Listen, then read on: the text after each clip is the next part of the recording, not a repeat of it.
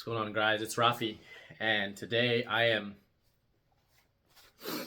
over here eating a carrot. It's been a rough, not rough, but hard day. A lot of stuff. I did a lot of stuff for work, then did CrossFit. Right after that, flew over and did a MMA class as well. So it's a lot of physical stuff, and for days like that, you really need proper nutrition, and that's what this is all about. As you can see, your proper nutrition doesn't have to be some crappy things. You can eat delicious foods like this one. What I'm eating here is actually hummus. Hot honey hummus, to be specific. And carrots. Now, why am I eating hummus and carrots? Well, hummus is actually one of the healthiest things you can possibly eat. And the reason for that is because it's got tons and tons of, it's made out of chickpeas. So it's a great source of protein. It's a good source of fiber. It's very rare that you get protein and fiber together, honestly. So it's got some, good healthy fats. It's got a well-balanced nutritional profile. As you can see, I'm mixing it up. Now, is this the healthiest hummus in the world? Probably not.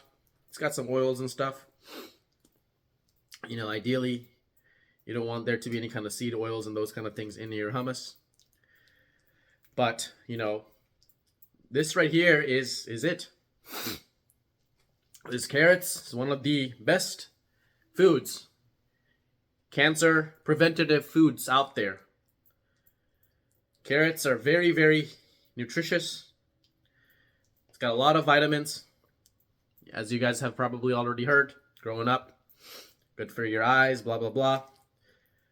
We don't really know how true that is, but I do know that it has tremendous amounts of benefits for preventing lots of long-term common ailments that we typically have. And speaking of that, you got to think about cancer differently. It's not as much of a disease as it is your body basically, trying to survive the toxicity, am I saying that right?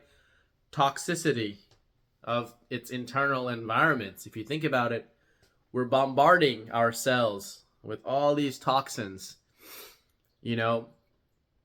We're hitting our cells with just carcinogens in the environment, in what we eat. And so, as you can imagine, these cells over time are doing nothing more than what's your body already does, which is try to survive.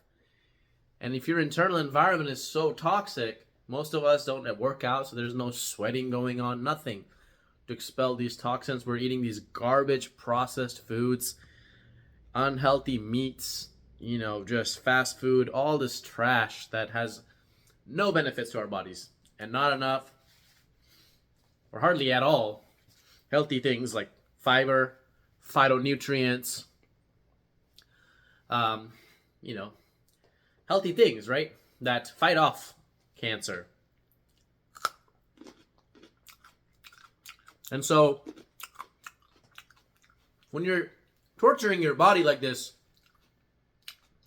for days and days, it's only a matter of time before your body is going to say, well, shit, I have to survive. So those cells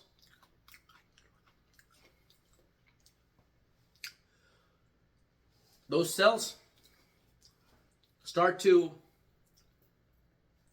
try to survive, and mutations occur, right? I'm not saying this is the only thing that causes cancer. Of course it's not.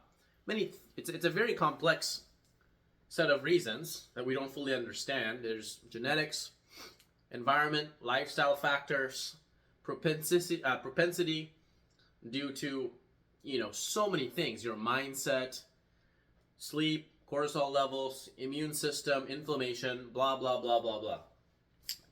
But we know for a fact that what you eat, what you think about, whether you exercise or not, how you exercise, what you don't eat, what you think about, the things you expose yourself to, all of these things play a role. And when you have toxins in your body becomes toxic. And in order to survive those toxins, your cells at some point start randomly mutating. Your DNA literally has mutations that take place. And that's it. That's all cancer really is. It's just uncontrolled division, cell division. And, why is it uncontrolled cell division? Because your body is trying to survive. So it forms cells that are resistant to that toxins. And then what do? We take chemotherapy and radiation, which puts even more toxins into your body. The cancer cells become even more resistant. That's why you so commonly see people fight these things, and the cancer comes back even stronger. Now, I am not suggesting that you disregard conventional treatments and don't go into surgery and chemo and radiation. Certainly consider those as options. But that's like basically saying my yard has weeds growing on it, so I'm just going to run a lawnmower over it. That's literally all you're doing. Even with the best chemotherapy and all this kind of stuff, there are still some things called microcells that are still going to be left over in your body. And no matter what kind of chemotherapy, what kind of radiation you go through and you provide yourself, if you are not making any changes to your lifestyle, your diet, your habits, you are doing nothing to actually attack the root cause of the problem. You are doing nothing. It will not cure your cancer. In fact, there's a lot of studies that show that, these chemo and those kind of things kill people off faster than the cancer naturally would. So, you have to start thinking about cancer differently. It's not just a disease. It is your body's way of letting you know, you have tortured me enough, and now I'm going to survive.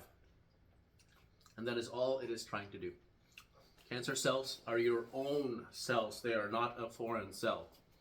They are your own body cells, rapidly dividing uncontrollably, taking over organs, and causing organs not to function properly. Then you die. So,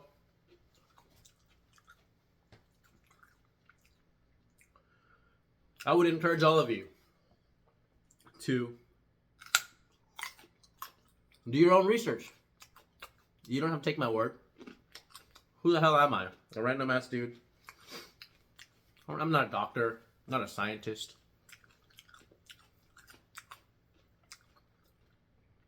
But I'm not stupid. I do my research. I read probably a few hundred books now on health and nutrition. No degree in any of this. I do have degrees, but not in this. But I'm telling you, I don't just follow one person, and I don't just follow random Joe Schmoes or trendsetters. I look at the research, published studies. I look at personal anecdotes. I look at my own lifestyle and my own body and see what works and what doesn't work. I look at the lifestyles of other people, and I can see the patterns. I can see the commonalities. I can see the trend. I look at the messages across all experts, and I take the average. What is it that they're all saying that's in common? And they're all consistently saying that we are very much responsible for these kind of diseases that we succumb to. Cancer, heart disease, diseases related to diabetes, arthritis, dementia. List goes on. So,